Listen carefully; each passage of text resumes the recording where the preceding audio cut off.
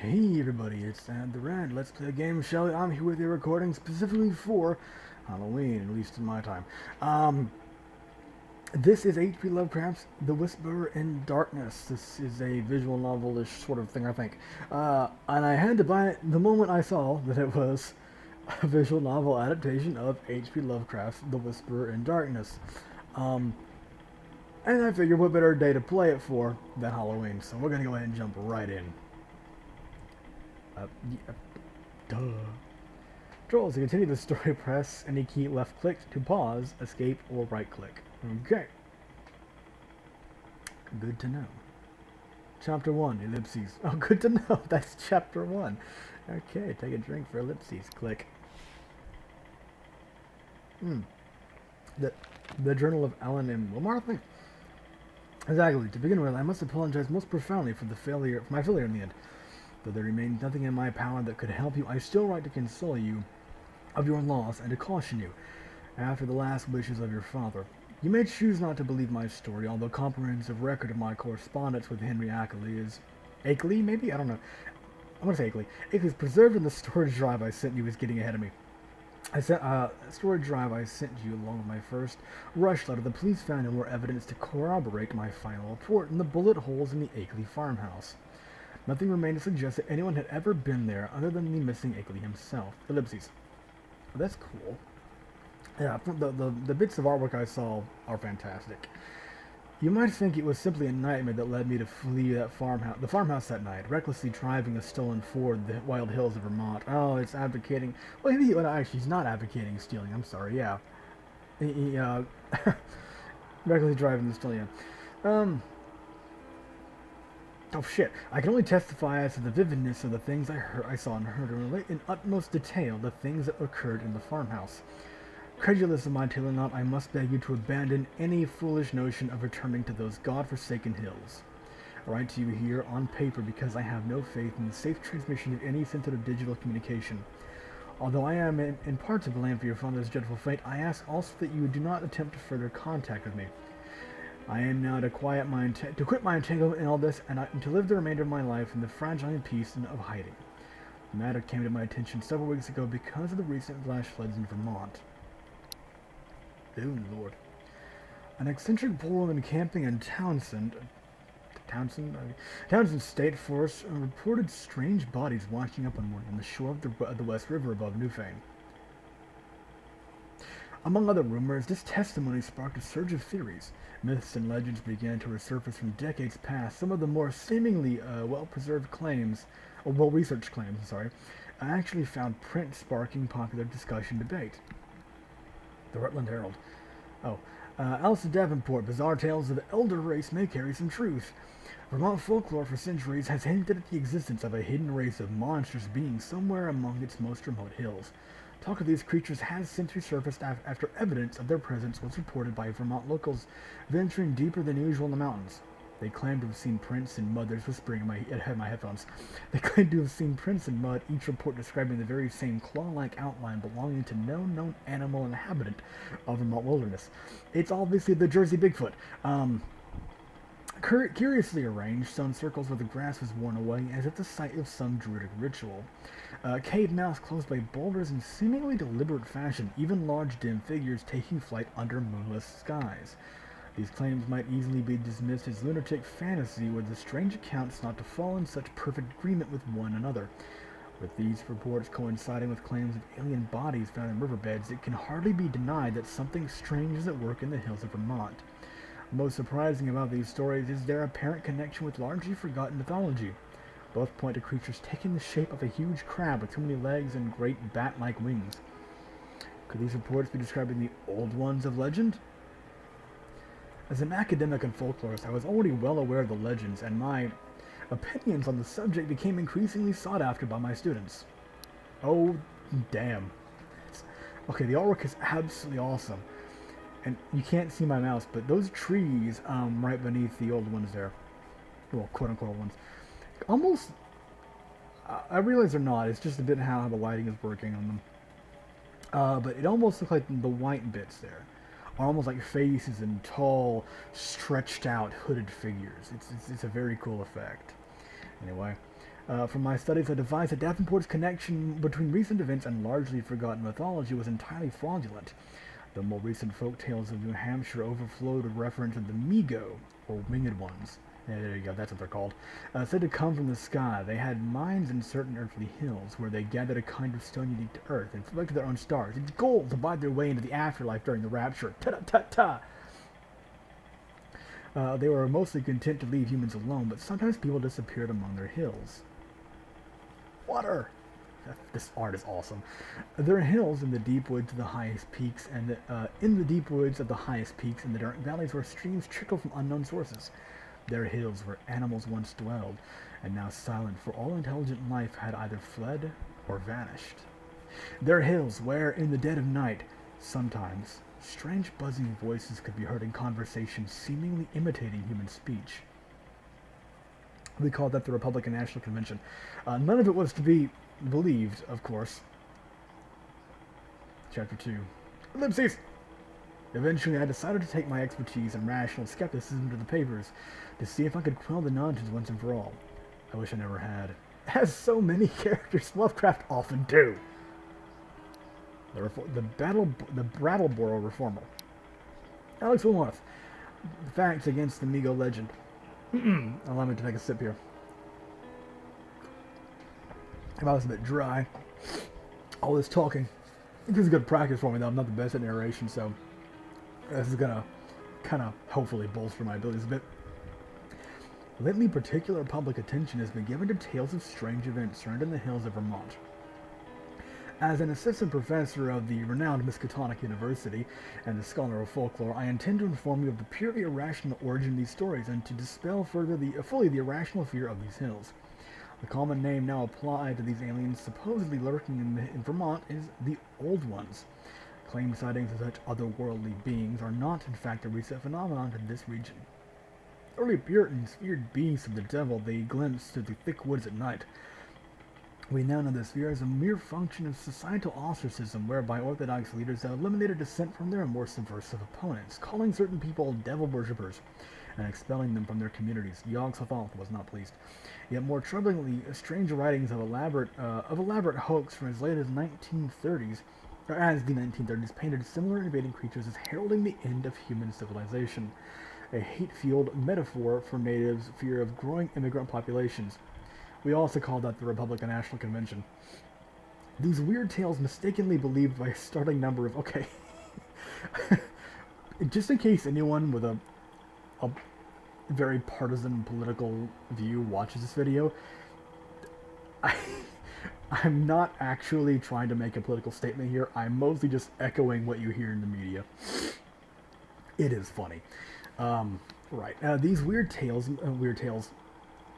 Is that actually supposed to be a reference to the Weird Tales magazine? Never. Mistakenly believed, or the, well, fuck, was it called Weird Tales? I don't remember. I was positive there was one of the major publications called Weird Tales, or something similar enough to it. Now I'm getting my facts wrong on this behalf. Oh, damn. Anyway. Mistakenly believed by a startling number of impressionable readers, embraced a subtle undercurrent of racial supremacy, which perseveres to this day. Comparison between the old myths and the recent tales reveals undeniably close similarity between the two. The only rational conclusion is that the recent hysteria is a mere outgrowth of historically entrenched depression and racism, to which there is not a grain of truth, which is ironic given Lovecraft himself was pretty racist motherfucker. Or very likely, at least. At some point, anyway. Ailey's first message came in an email one morning. Holding the directional keys to explore, right. Okay.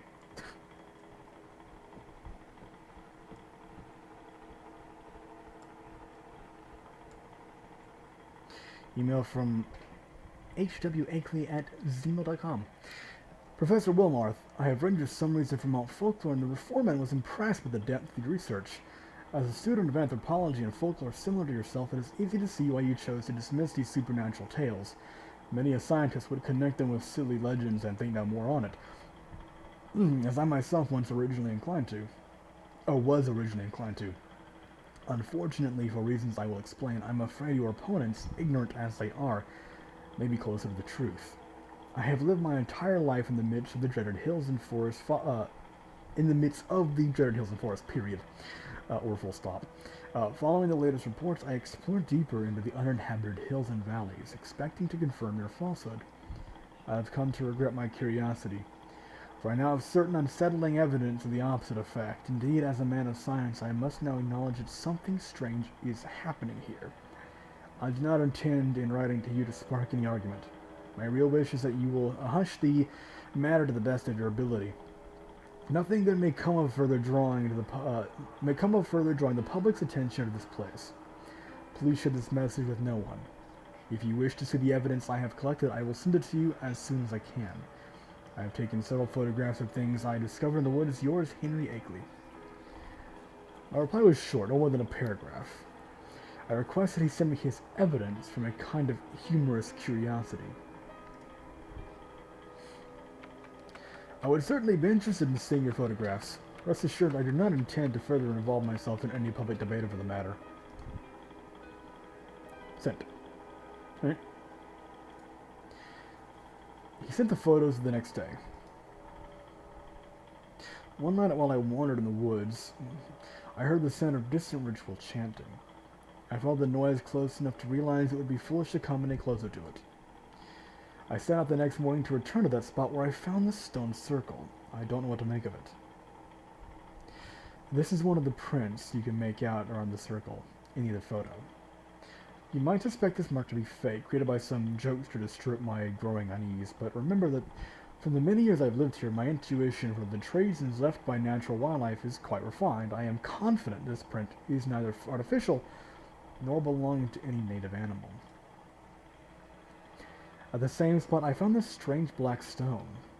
I've been working to decipher the hieroglyphics for almost a week. Despite my anthropological background, I cannot identify their language as any human tongue. The last photograph was of Akeley himself, standing in front of the farmhouse. After viewing the pictures one by one alongside Akeley's measured contemplation, I couldn't help but begin to entertain the notion that something truly unusual was taking place in the Akeley farmhouse, though nothing so supernatural as he seemed to imply. Still, I never wrote to the papers again. Slowly the debates died off. Bleh. Dried up would have been the appropriate terminology in that sense. Something in the way Akeley presented his discoveries and theories thereof prompted me to continue our discussion despite my initial doubts. Despite my measured trust for him, I contacted his old professors to verify that he was indeed the mature scholar he claimed, thus dispelling my suspicion of his messages as part of an elaborate farce. This, and the clear rationality which characterized his early correspondence, prevented me from discounting his experiences. In addition to the black stone, Akeley had one more tangible piece of evidence full stop. He actually managed to record a minute or two of what he had described as ritual chanting, which he heard one night in the woods. He sent me the audio file on my eager persuasion. You may have heard it yourself if you've yet delved into the accursed hard drive containing every communication which ever passed between us. Upon first listening, my heart was struck cold, and I began to truly believe the wider claims Akeley put forth. His careful distance from the speakers was evident in the way their voices carried through the trees, no louder than whispers. Roll credits. Still, I will never forget the few words I could hear above all the rest.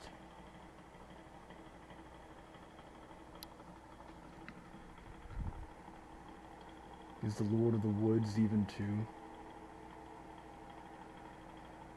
From the wells of night to the gulfs of space, and from the gulfs of space to the wells of night, ever the praises of great Cthulhu. I'm not sure if you'll be able to pick up the creepy chanting on the audio levels. I tried to bump it up a little bit, but I don't know. I've never had much luck with audio ever since I've started switching out headsets.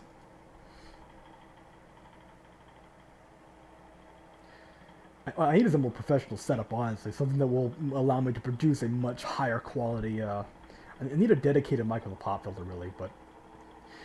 And it has come to pass, the Lord of the Woods being ellipses, apparently. Or blackness. 7 and 9 down the onyx steps. Tributes to him in the gulf, Azathoth, he of whom thou hast taught us marvels. Creepy. On the wings of night, out beyond space, out beyond. Go out among humans and find ways thereof that he is in the gulf may know.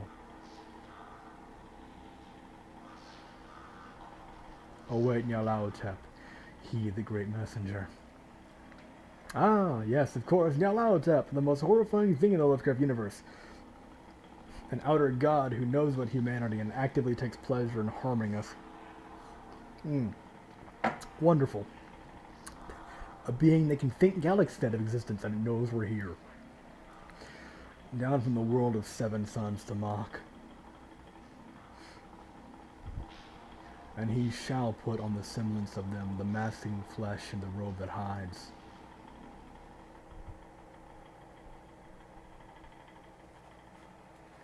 Lovely stuff. Next was the matter of the Black Stone. Akeley claimed to have found it in the woods on Round Hill, its unknown hieroglyphics nearly worn away, perhaps from centuries of age or even millennia. He soon began to display a certain paranoia over the stone's discovery. Once he took it home, he claimed that everything changed, that he might be killed or taken should they decide his curiosity had overreached.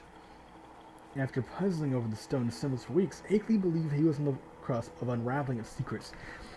We agreed that if he could send it to me safely, I might be able to find the last crucial piece needed to translate the glyphs. I managed to convince him to drive into Townsend and ship the stone from there. Its estimated date of arrival came and went, and to my dismay I received no delivery. Curious. Distraught, Akeley concluded the stone must have been intercepted, or it's just the U.S. Postal Service. Now they must be watching him more closely than ever, he realized. I reassured him that it must simply have been an accident and promptly conducted my own investigation of the status of the delivery. Hell, I once had a delivery come and, well, I ordered something and on the day it was supposed to have arrived and it claimed to have been delivered, it didn't show up. I waited a little bit, a day, nothing. Alright, that's bad. Called in, let them know the information, tracking number, so on and so forth, and they got in touch, or they claimed they would be getting in touch with the, individual who runs my route and to see what happened. Curiously enough, the very next day, the day that they were supposed to be getting in contact to begin their inquiry, it miraculously showed up at my doorstep. So funny. And promptly conducted my own investigation into the status of the delivery. I say, just kind of very awkwardly reintegrating myself into the narrative. I clicked. Check your delivery ID. Oh, 4 or 5. I'm not gonna read that out, just fuck it. My ear itches, you might hear a noise as I lift my head to get under. Okay. Loading. Oh, it's AOL loading times. Oh, never mind, that was much faster. Error code package, does not exist. The Illuminati did it! The results were unhelpful. It's a very blasé way of putting it. The results weren't helpful. No shit. Despite my half-hearted encouragement, Akeley soon abandoned hope the stone would ever be recovered. Chapter 4. Ellipses. At this point, Akeley's emails began to arrive with greater frequency and describing still more startling events of the farmhouse. The unknown things had begun to close in on me with a frightening new degree of determination. I suspect they mean to kill me because of our correspondence and because I've learned too much. I never should have sent you that recording of the Black Stone. They may not be watching you as well. Be vigilant. I have long known they keep human allies to act as agents and spies. You yourself heard the human voices in my recording that night. Now I believe I have identified one of their human agents, Walter Brown, a surly farmer who lives alone on a rundown hillside place in the deep woods. I have heard his voice in terrible conversation in the woods. I have also seen claw prints near his house. I have never encountered a hint of their presence on nights when the moon is full and bright, for these creatures shun the light. The nocturnal barking of my dogs has grown hideous on moonless nights. Thank you for that, game.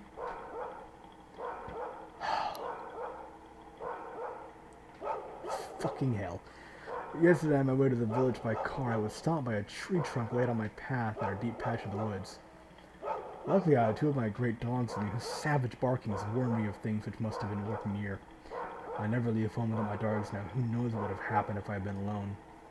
Thank you for cutting off the fucking audio track. Ugh. The next email came in the evening, and I judged it was written in a hurry. I'm thirsty.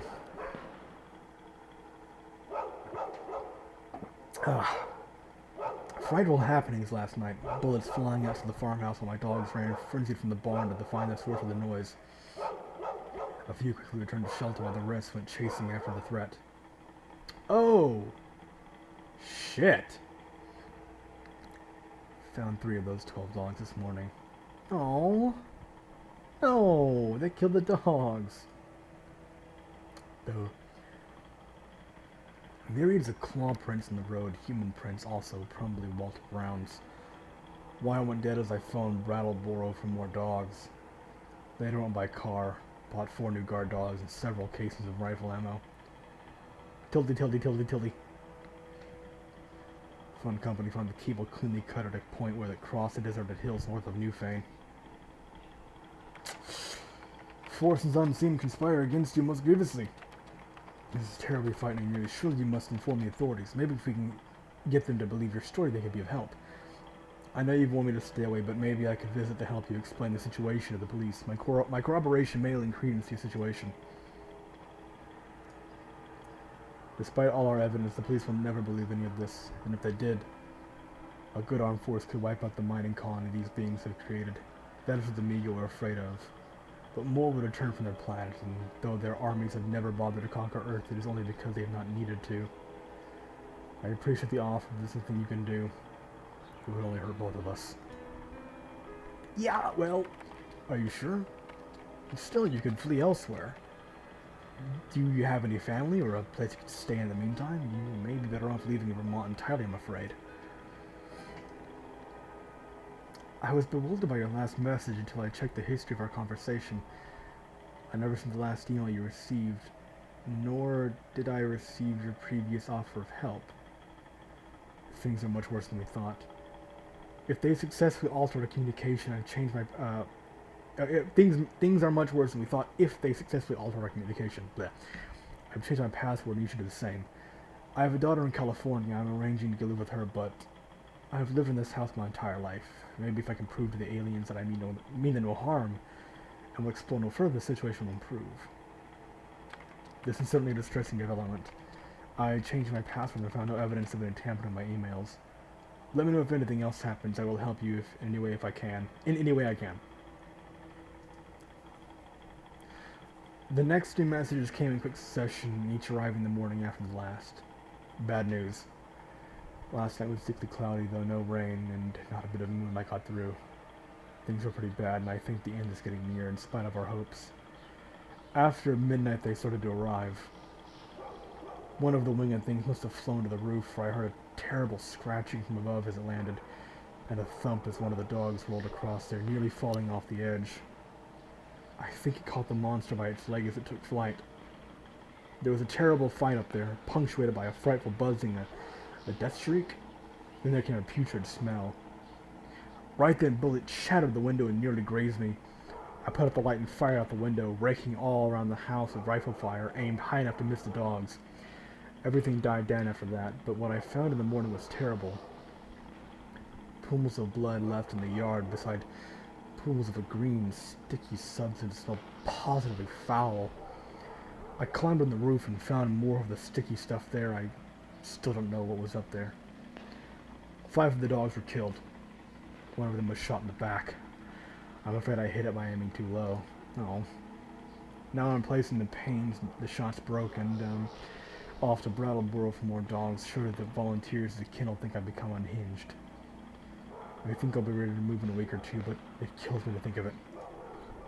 Well, it probably will kill you literally if you don't. I'm just saying. Clouds didn't break, so no moon again. It's sweating anyway. I'd put in a damn searchlight if I didn't know they just cut the cables as fast as they could be repaired again. I must be losing my mind. They talked to me last night in their cursed buzzing voices. I cannot repeat the hideous things they told me over the barking of the dogs. Stay out of this, will mark it as worse than we ever suspected. They don't mean to let me leave for a month. They wish to take me alive away outside the galaxy. I told them I wouldn't go where they wish, or in the terrible way they wish to take me.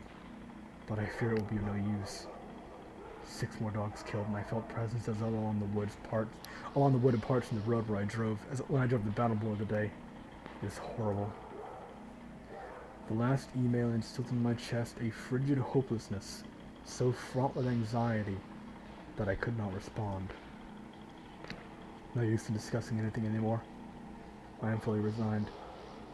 I have only enough willpower left to fight them off. Can't escape even if I were willing to leave everything and run. They'll get me. I had a letter from them yesterday, posted on my front door. Walter Brown must have left it. The creatures couldn't have gotten so close with the dogs about. It tells what they want to do with me. I shudder to imagine it. Still cloudy nights and the moon waning. I wish I dared to get help, but no one will believe me, and I'm too far out of touch. I have been for years. The worst part is I have seen and touched one of the things. God, it was awful. Dead, of course. One of the dogs had it. I found it at the barn this morning. I tried to take a photo, but areas of Migo's skin seemed to reflect the light from my camera so strongly that my image revealed only darkness, penetrated by a sinister constellation of stars and streaming lights.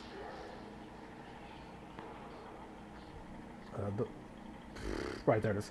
Just as I took my first photo, the body began to disintegrate so rapidly the only photo I could take thereafter showed nothing but the dirt, and an abundance of the same green fluid I'd seen before.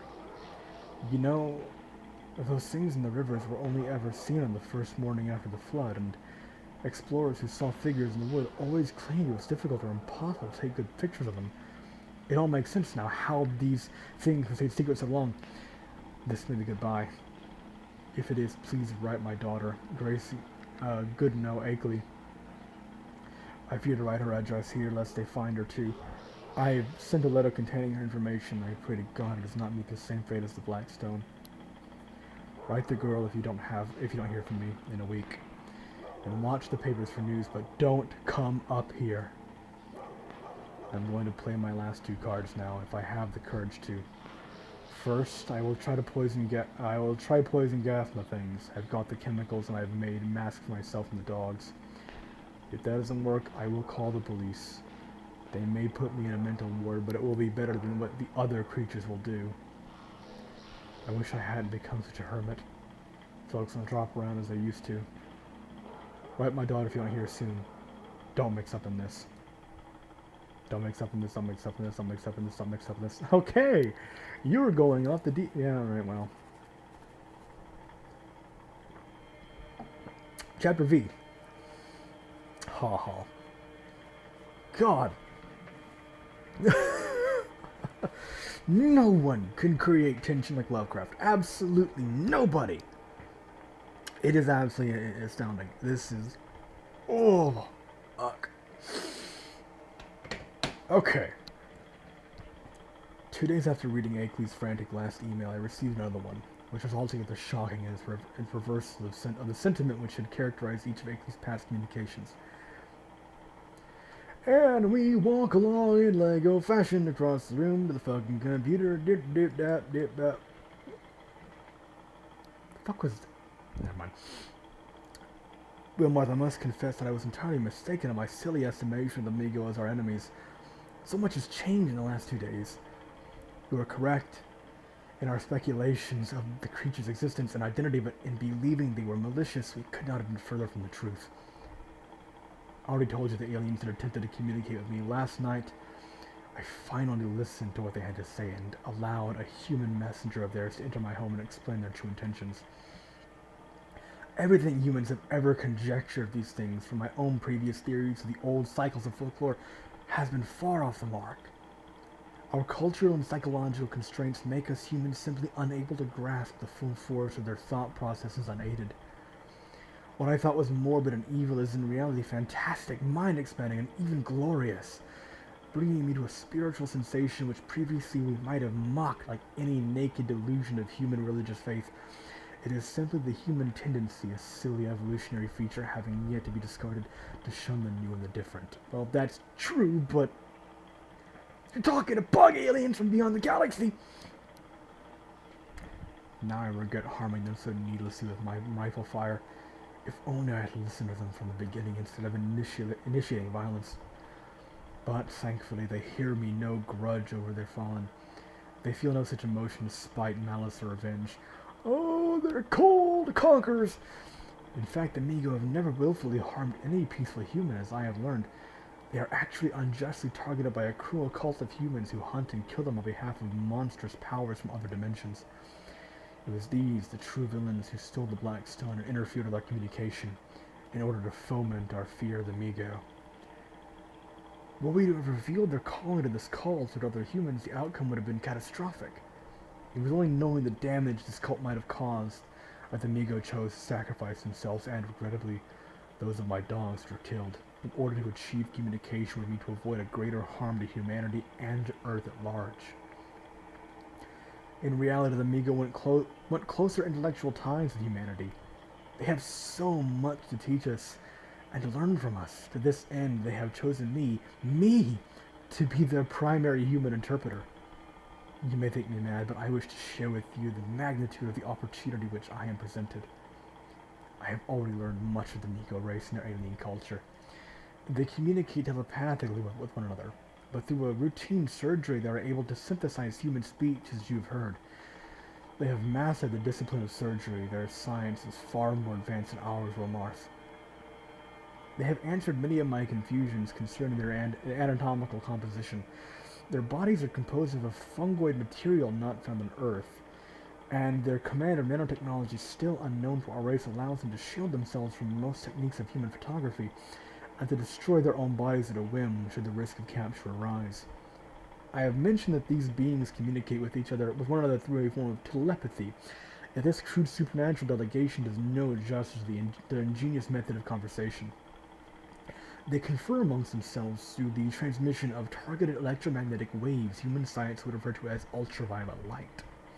The alien sense organs must perceive in these telepathic waves immeasurably precise variance in frequency, which to the alien mind conveys conceptual information such as complex syntax, to express ideas, feelings, and concepts far beyond the scope of human imagination. It does not suffice to refer to it as merely language. It is for this reason the creatures loathe sunlight, and to which their senses is an overwhelming crash of static, making speech impossible.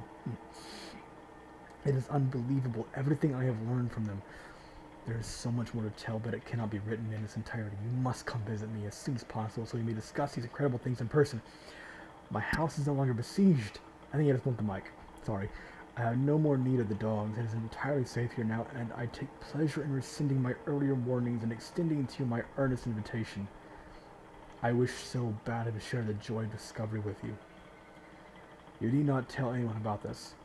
These matters are far too important to share with prying ears. Bring your laptop and the history of our communication, as much as you still have. We will need all of it to retrace our steps and put right the many misconceptions we formed regarding my new acquaintance. Oh, don't you mean to delete it all and make sure it never existed? Yeah. You can take the train to Brattleboro. I will meet you at the station whenever you find it convenient. We can drive back to the farmhouse together. Prepare yourself to stay as long as possible and for long nights of enlightening conversation. P.S. They have given me an incredible new device, which you will be amazed to see. Now, something I've noticed along the course of the dialogue here, I'm not sure if this is simply an effect of the software being used to make the visual novel, or if this is actually intentional, and if it is, it may reveal something interesting. Notice how letters are capitalized where and when. They're not capitalized as they should be. Names, places, it's certain words mostly that are capitalized, like long, for example, right there, as long as possible. I almost wonder if this is a side effect of simply psychosis, or an effect of the tampering the Migo are having with Ickly here. A sign of conversion isn't the right word, but influence, there we go, much more subtle. Conversion implies indoctrination, more or less, and that's not what I'm going for here. Uh, yeah, okay. I was at first consumed with suspicion, convinced this message had not in fact been written by Henry Akeley. Yeah, that would have been my first assumption too. After Akeley basically confirmed you that something had been tampered with his emails, or apparently had been, that would definitely be the initial response. Oh, I don't believe you. Who had never been so careless with this capitalization. Yeah, with this capitalization as this message demonstrated. Were the implications of my conclusion not so horrific, I might have laughed at the obviousness of the ruse. Yet many questions remain unanswered. Did the fantastically intelligent Migos expect me to believe such a trick? And if they did, why should they expose such details of their own anatomical composition and technology? Furthermore, Akeley had mentioned they meant to capture him alive. Reading and rereading the text, I came to feel a glimmer of hope that my friend still survived. Suddenly, I noticed a pattern in what appeared to be the mistakes in Akeley's typing.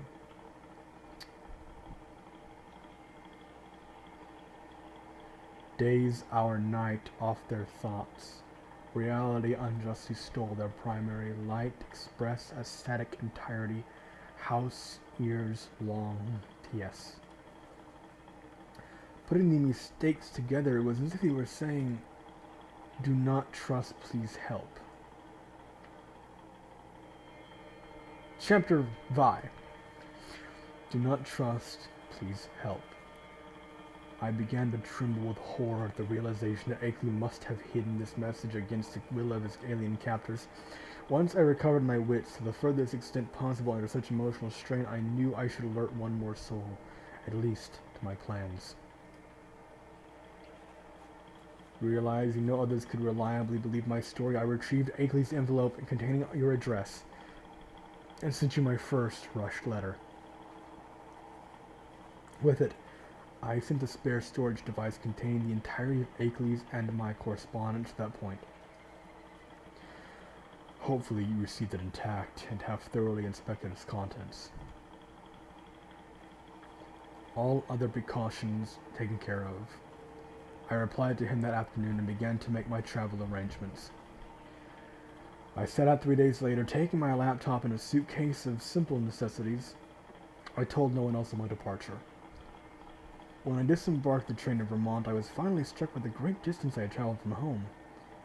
Coming out of the streets, I scanned the line of cars, looking for the Akeley Ford, but before I could pick it out, I was approached by a stranger. Alex Wilmoth? I'm making the voice. Sorry for any confusion. I'm Walter Brown. I've come to take you back to the farm. What's wrong with your face?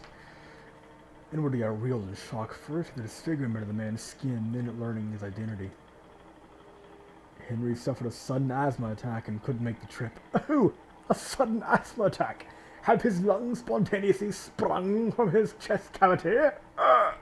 His ribs opening wide like the jaws of some hideous monstrosity. I don't know what this voice is, or I'm doing it anyway. My thoughts fled back to Akeley's newest message, the mention of ultraviolet waves and telepathic communication. It isn't serious, and your visit should proceed just as planned. We'll set off as soon as you're ready. Open-mouthed and silent, I entered the car by which he stood. I added in your fucking sound effect game. I'm an idiot. Brown could not have helped but sense my apprehension. We drove in silence. Oh, speaking of silence, the music cut off. Finally. Oh, god damn it. Finally, you can see the barn down there. I'll go in ahead of you so as to let Henry know you're here. Don't take my demeanor or his illness as my as any predictor. Sorry, I'm seeing A's where there are not. As any predictor of his hospitality, he's been very eager to meet you face to face. You know, there's a lot of cases in Lovecraft where beings aren't what they appear to be. But I don't recall the name of the story. It's an instance where a human trades place with one of the great race of Yith. And it ultimately is revealed at the end that it's, you know, the cloaked figure is in actuality the monstrosity and so on. I keep bumping the mic. God damn it. Ugh. When we arrive at the farmhouse, I immediately exited the vehicle to stretch my legs after the long ride. Brown left the car running and went inside while I stood and surveyed the surroundings, breathing in the fresh air. One point of calming normalcy despite everything else. He soon emerged, only to return to his vehicle. He said his goodbyes and through the open window. Sorry, I can't stay any longer. I have important business elsewhere. Henry's waiting for you, but he's in bad shape today. His voice is gone, and when he has his attacks, he stays confined to his study with the lights out. Really? You can go right inside. It's the room on the right of the front hall. Simple sentence. Get the words right. Structure them in a sentence. You dumbass. You speak English. With that, he drove off to the north. There's the car sound I supplied earlier, but you're welcome for reminding you it exists, game. I hadn't come from it. I was caught by another footprint on the path, seemingly fresh and far deeper than the imprints left by my own feet. It looked utterly alien, yet unnervingly familiar from Akeley's earlier photo. Those claws. I'm trying to go diagonal because it's the best way to actually reach the door quicker. There we go. When I reached the entrance, I noted a more subtle source of the pervasive unease which overwhelmed me. Since I arrived, I had heard not a single sound save my own footsteps and the humming of Walter Brown's car. I knew Akeley's dogs would be gone, but was there no livestock or wildlife? It was as if every living creature had vanished from the region. Somehow, I pressed on. It's called intransigence, and curiosity, and stupidity. Crowning achievement of human intuition, really. Chapter V. It's Vi with two I's, so you stretch out the enunciation of the I and you lower it to a softer sound. Rather than the knife point, it's more of a caressing slash than a thrust. I don't know what I'm saying. I overcame my misgivings and entered the farmhouse. I found the door to which Brown had directed me and took a breath before pushing it open. Hey, Lovecraft! I approve of you going in this direction. That is a long and unsettling creak of the door which leads into an ambient sound which is really creepy game, thank you. The room seemed to emanate a bizarre odor and I perceived a faint sense of vibration coming from within. Akeley sat in a great armchair at the back of the room. He seemed even sicker than I had expected. His pale face held a strained, rigid expression. He greeted me in a faint whisper.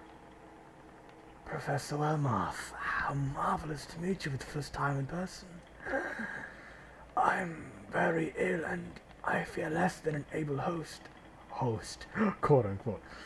I'm sure I'll feel better tomorrow, which is what I'll say tomorrow. But for now, I am helplessly weak.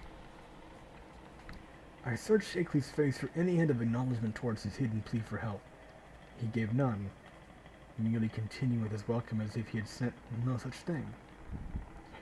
I've set your dinner in the dining room across the hall from here. Your bedroom is upstairs, just above this one. Make yourself at home and eat whenever you want. Oh, you shouldn't have set your meal at yourself when you're sick. You know. You might want to leave your laptop in here while we'll be discussing our emails before you take your bags upstairs. Oh, I'm sure you'd love that, wouldn't you? Come back here for a little quiet visiting before night, and to go to bed when you please. I'll rest here, perhaps sleep here all night as I often do. I'm hurting my throat doing this. I hope you realize the stupendous nature of the opportunity we face. The gulfs of time, space, and knowledge beyond imagination will soon be open to us. They have promised to take me to their home planet, Yuggoth. Oh no! For the human astronomers have yet to discover Yuggoth, but the Mega have exercised their influence and delayed them from doing so. I believe Yuggoth was Pluto, or maybe a planet beyond Pluto. I don't recall. When the time comes when they desire us to know of it, the human followers within scientific circles will convey the necessary hints to the right places, until we at last find the great dark orb. In fact, I believe it was a discovery of Pluto that actually, uh, inspired, in part, this story for Lovecraft, I think. There are magnificent cities in Yuggoth, with towers built of black stone like the kind I tried to send you. To visit Yuggoth would drive any weak-minded person mad. But I am going there. You could too, Wilmarth. It was then that a horrible creature burst from his face. No. I was caught off guard by Akeley's eagerness in discussing such dark cosmic infinities.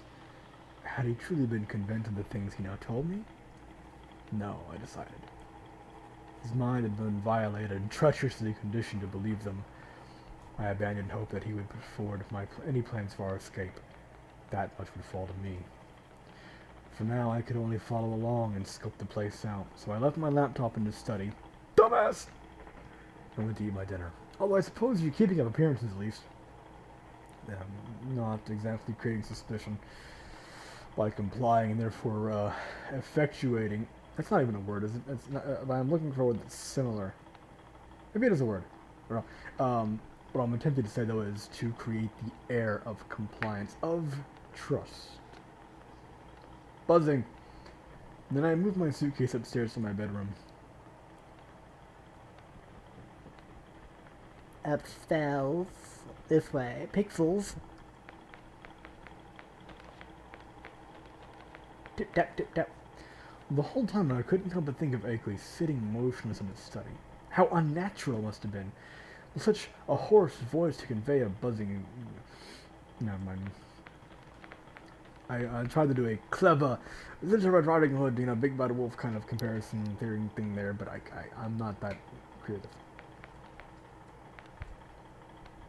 Shit, where did he say it was? Oh, there, apparently.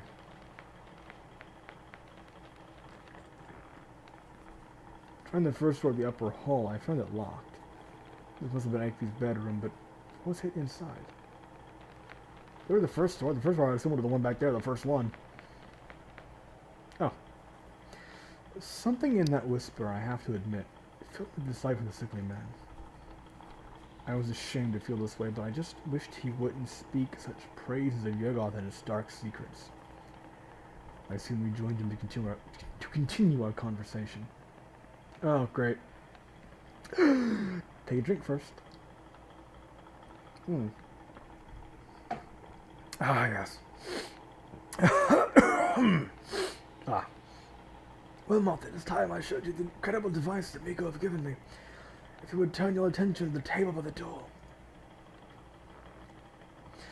The Miko have discovered a harmless method to extract a brain or preserve it in one of these canisters. And this is a microwave. It magically heats food up. No. Yeah. Made of metal for Yuggoth. Meanwhile, the brain's post-body lives on elsewhere. You don't say. They give these disembodied brains sight, hearing, and speech through ingenious machines. They have given me one such machine, and several brain canisters to experiment with. I would like you to speak with another human to begin with. Take the canister labeled B67 and place it in the machine.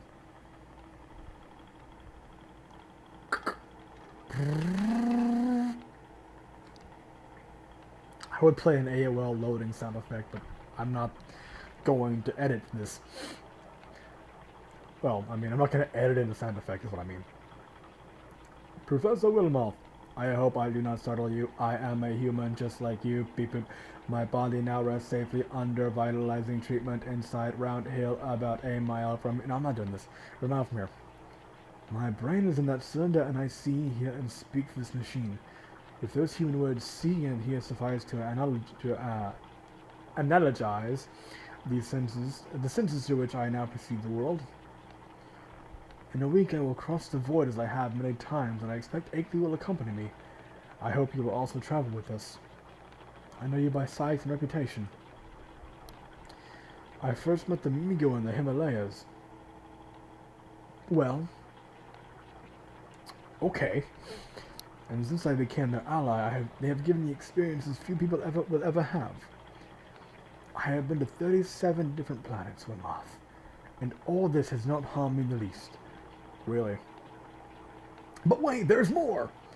My brain is virtually immortal in this canister, and my body never ages while I'm outside of it. These visiting beings have methods which make the procedure easy and almost normal. It would be crude to call the operation surgery. More like theft, or dismemberment, or horrifying. The visitors are eager to know ones of knowledge such as yourself, and show them the great abysses of the universe.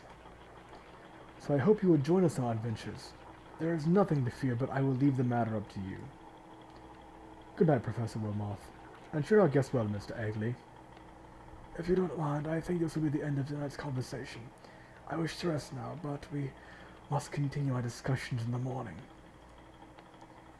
I notice you're in a yellow robe. I wonder if that's supposed to be a call out to the King in Yellow.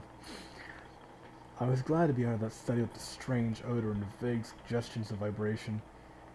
I could not escape a hideous sense of dread and peril as I thought of my situation. The wild, lonely region, the black, mysteriously forested slope towering so close behind the house. The footprints in the road, the sick, motionless whisper in the dark. And there's your actual roll credits. The hellish cylinders and machines. The hellish cylinders! Above all, the invitations to strange surgery and stranger voyagings. These things sapped my will and almost undermined my physical strength. One thing was certain. I would not spend another night here. I felt nothing now but fear and loathing. In Las Vegas. And I wished to escape this morbid place. Actually in Vermont in this case. Sleep would be impossible, I knew. I turned out the lights and fell into bed fully dressed. Well, normally when I fall into bed fully dressed, lights are all on, and I've just sort of woken up in my office chair and fallen into my bed and proceeded to pass out. And it's really uncomfortable to sleep with a belt on. Just putting that out there. Belt and jeans or khaki shorts, whatever. Not good. Those pockets are thick and they dig into your skin. Or the lining of the pockets where they kind of, folded and tucked the material. Not a sound came from below, and I imagined my host sitting there with cadaverous stiffness in the dark. Chapter V. I can't remember how long my unexpected lapse into slumber lasted, but I cannot prove the events that came next were not purely delusional. You may believe it was all a dream, and I wish it was, he's probably thinking. To the moment when I rushed out of the house, stumbled in the shed where I had seen the old Ford, and seized the ancient vehicle for a mad race over the haunted hills, arriving at last in the village of Townsend. When my frantic story sent a police unit out of the farmhouse, Akeley was gone without a trace. The dogs and livestock were indeed missing, and there were some curious blood holes in the exterior of the house, and some walls within. There were no metal canisters or machines, no laptop, no odor or vibrations, no footprints in the road, and none of the terrible objects I glimpsed in the very end. I stayed a week in Brattleboro after my escape, inquiring among people of every kind who had known Akeley. Don't sneeze, I'll edit that out. I don't want to edit this that much. I just want to do some basic, cutting down and so on, and making sure it's... Ugh. Fuck, my allergies have been getting worse lately. Ugh. Oh, the results convinced me that the matter is no mere figment of my imagination. As you, like I said, probably so thoroughly wish. Akeley's purchases of dongs, ammunition, and chemicals, even the cutting of his telephone wires, are all matters of record. The Akeley house was now avoided by everyone but the post-deliverer and a few brave adventurers. I learned that Round Hill was notoriously haunted, but I could find no one who had closely explored it. Probably because it was notoriously haunted, quote-unquote. Occasional disappearances of natives in the region were well attested, including Walter Brown, since the day I last saw him driving off. They had no further use for the man, or thing, or whatever. When I left Brattleboro, I resolved never to go back to Vermont, for I know that outs- loathsome outside influences must be lurking there in the half-unknown hills, and that those influences have spies and emissaries in our world. To keep as far from them as possible is all that I ask in life of the future. Despite my efforts to forget it all and regain mental stability, certain questions continue relentlessly to plague my subconscious mind. Was it really your father who wrote that final email begging me to rescue him? Was there ever a chance of saving his life? In light of everything else, my own escape still unsettles me. Why, in their incomprehensible alien genius, did they allow me to survive my visit to the farm uncaptured? Yet the fear of which I can never rid myself is of the things I watched Akely tell me about the planet Yugus, of the artificial progress by which the Migo might lead our scientists to find that extraterrestrial hell. The researchers of Caltech, your own university, have now theorized the existence of a ninth planet in our own solar system should be a grave warning to you. Ah, I see what you did there. Obviously, there's been a lot of updates to the story to bring it to kind of modern connotations, so I like that. I do not believe this planet to be Yuggoth of which I learned through horrible whispers. Current calculations propose it to be of gaseous composition, yet its presence proves there may still be unknown celestial bodies in our galaxy. Well, galaxy, duh. It's our solar system that's interesting because of the way we have to track it. It's so difficult to find a planet that's on the outside of our solar system, or the outer skirts of it, so to say. The process to track it and find out what this there is extraordinarily complex, at least to my limited mind. But obviously, you can listen to a physicist or an astronomer actually explain it to you, and it does make sense in that regard, at least when it's laid out in the layman's terms. Anyway, I now pay special attention to advances in the field of astronomy, however small they fill my lungs with dread each time. But I still have to tell the ending of that terrible night in the farmhouse. I love this tactic of getting to the end, skipping the end, and then coming back to what actually is the climax, because it just creates further tension because you are continuously building it up the entire time. I love it. It's a marvelous tactic, although it only really works in this kind of situation. It wouldn't really work in a film. I mean, it could, if the right director did it, it could work, but there's a lot, especially about certain Lovecraft stories, where so much of it hinges on the final few words. You know, where there's a lot of vagueness, and ultimately, it skirts the issue up until just like the very last few words, which drive in the horror. You know, make it unforgettable, so that the story ends, and you're just left sitting there going, "Holy shit!"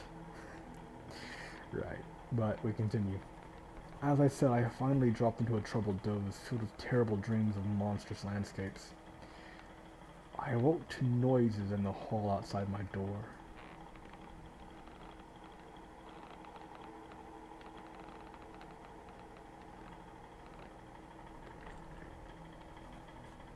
Thankfully, the noises quickly ceased, and the footsteps went away. I could swear I also heard quiet, receding laughter. Later, I heard voices in the study below.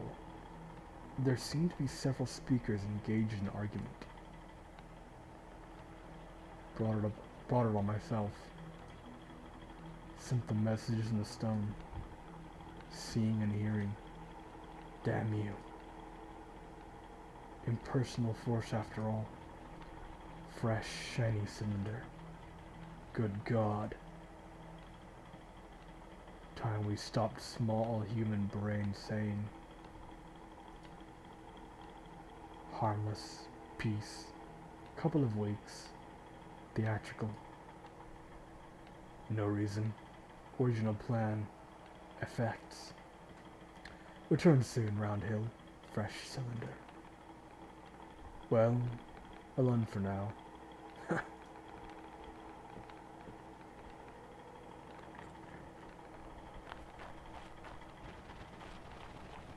Fluttering noises. A car pulling off the driveway. Something in the fragmentary discourse chilled me immeasurably, raised the most grotesque and horrible doubts, made me wish I might wake up and prove it all a dream. I must talk to Eggley at once, I thought, and convince him to leave with me. They had brainwashed him with their promises of cosmic revelations, but now he must listen to reason. I'm afraid that reason may be what's about to find you, and reason in this purest form is often not the most beautiful sight to behold. Now is it? Logic can be, and often is, astoundingly horrific. But the positive side is empowering in what it bestows in the end. Because you can't affect the world if you don't know how the world works, you know. That's how to think realistically. There's always a positive side to everything. Pessimism is... Both pessimism and optimism are the denial of something. It's a fantasy. Pessimism is saying that there is no chance of anything good happening, or there's a low chance, but that's not true. There's an equal chance. It just depends on the individual scenarios. Variables change depending on what happens and what's happening, the circumstances involving them, and good things do happen. We know this, so obviously you can't be obviously it's not that nothing could ever happen.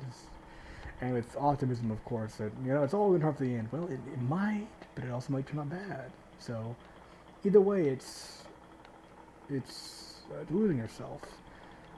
Realism is accepting that things can go either way, and they always do. It just depends. And it's also accepting, in a positive light, yes, that if by being aware of this, you have a chance to change it, to make come up with better. Pessimism is, in a sense, like giving up. It's surrendering, not hope necessarily, but surrendering your power. It's giving in. Oh, there's no point. It's nothing good ever happens anyway. What's the use? Well, it won't go well for you at all if you don't try. And if you do try and it fails, well, learn from it. That happens. You move on. Hopefully. I don't know why I waxed on about this. I kind of digressed quite substantially, but, Anyway. We would escape before it was too late. Return now to the real part. Oh, fucking wonderful. I half tiptoed from my room, gripping my pocket flashlight in my right hand, elevating the sense of horror by creating a very narrow cone of view that you can see through. Kind of like in Cataclysm Dark Days Ahead, when you look out of like a window from your bunker or something, and it's just like this tree, or just, anyway, where like trees block lines of sight and so on. I wish to heaven I had quietly left the place before allowing light to fall on the vacant chair in Akeley's study. I'm assuming the last door here is one I'm actually going to get out of the... Yeah. Oh, great. Because it's diagonally down, I can't actually see down the staircase. Resting on the chair, I saw three objects which the investigators did not find when they came later on. Well, I mean... We're gonna have a rave! I would edit in Celldweller, but I don't want to steal Celldweller's music, Clayton's music, and I don't want to edit that in.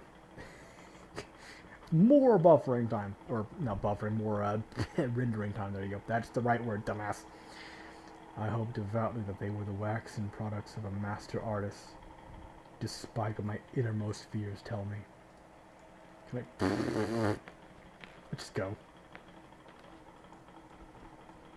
I believe it was this way I came from? Or this way? I could have sworn I started over here when I came. That's with the front door then, no, there. So I'm going this way. No. Alright. Uh... Something? Maybe that's a welcome mat or something. No? Fuck. Where am I going? Great God. That whisper in the darkness with its morbid odor and vibrations.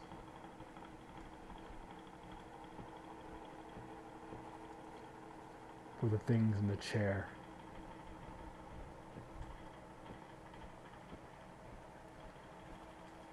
Perfect at the last.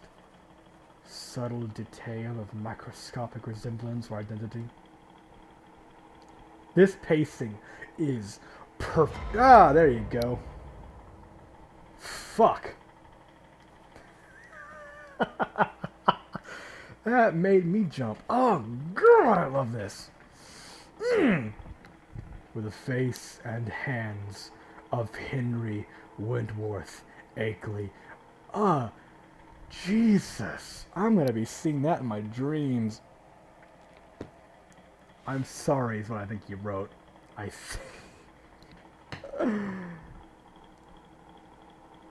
Written and designed by Nathaniel Nelson, based on a story by H.P. Lovecraft.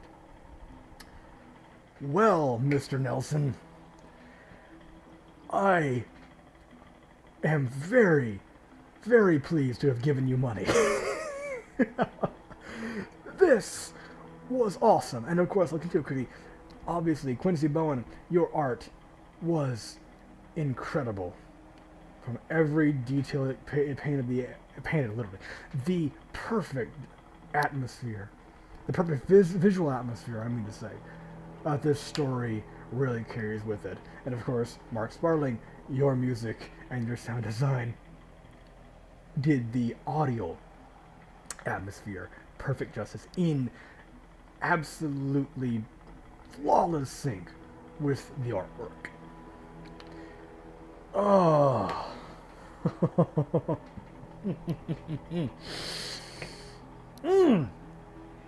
Right. Well, that was H.P. Lovecraft's The Whisperer in Darkness. Headphones, highly recommended. That's a tagline, by the way. No, it should be though. Because there's a lot of ambient bullshit in the background, which is excellent for setting the tone. Yes. This is Halloween, so if you're doing this and this came out after Halloween was over for you, whatever, I'm very sorry, but still, a belated Halloween to you. But for anyone watching this during Halloween, I wish you a very pleasant holiday. And I hope this was perfectly epitomizing of the overall theme of my favorite holiday. Oh, God, I am so glad I bought this. This was amazing. So, thank you very much for watching. I deeply hope you enjoyed, because I know I did. This was so much fun to do. And, yeah, I will see you next time. Whenever that is, on whatever that is, I suppose.